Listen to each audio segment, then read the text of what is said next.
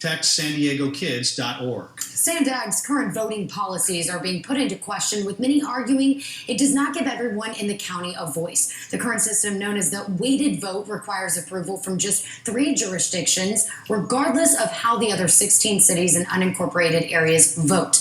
A bipartisan group of board members sending this letter to San Diego Mayor Todd Gloria. He's also the vice chair of the board, as well as the executive director Hassan Akrada.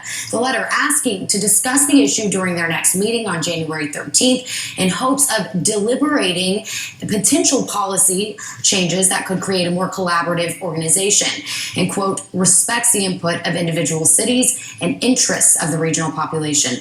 Del Mar Mayor now, Terry Gaasterland, joining us. She co-signed this letter, and we want to take a closer look at this, Terry, because I think not a lot of people realize that prior to 2018, the voting system was very different in the way it was structured. Can you start by just explaining what that used to look like?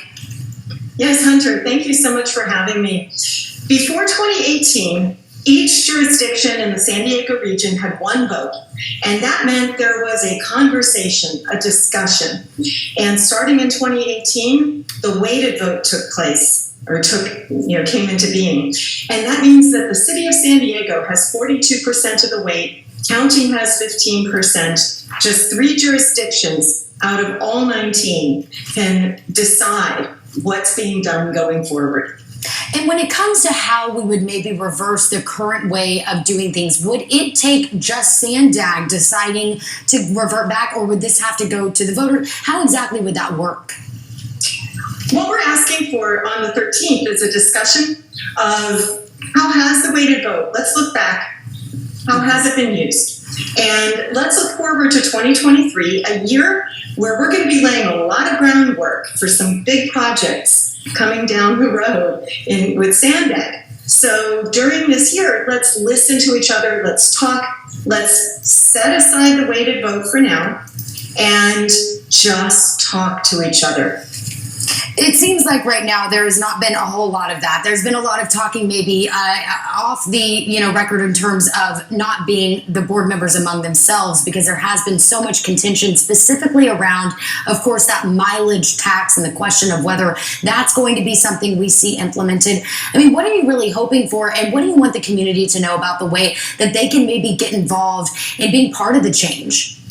Yeah, well, I come to the board not so much as a politician, but as a scientist, somebody who looks at the situation at hand, says, what's the problem? What is our goal? For example, are we trying to minimize the amount of time it takes for everyone in the region to get from where they are to where they need to go and back? If that's our metric, let's start planning that way.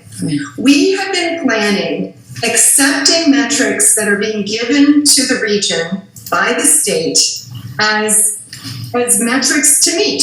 Vehicle miles traveled, let's reduce that. Well, vehicle hours traveled reduced would be a whole lot better. If it takes me an hour to go 5 miles, that doesn't work.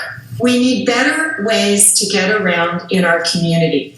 You make a really good point here that I want to touch on, because I don't think people have thought about it like that. When you are taking what maybe the state is implementing on a community like San Diego County, where public transit, I'm a huge supporter of public transit. I think it's great, but it's not really realistic when you think about, as you said, going 5 miles and it taking an hour. I mean, how can we start to adapt those policies that are being put in place to actually work for our region? And isn't that what Sandag is supposed to do in the first place?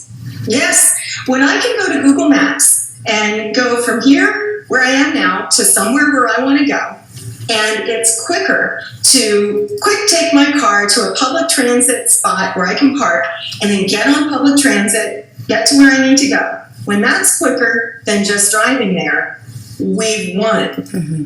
And when it's easier to do that than driving there, we've won. And that isn't how we've been having the conversation so far. And something, of course, that you say needs to be changed on the level of the way the vote system is working and weighted.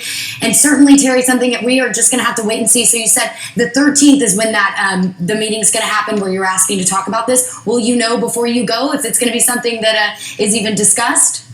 Well, the agenda will be set sometime between now and Friday. I'm really hoping this item will be on there and that we'll have the discussion.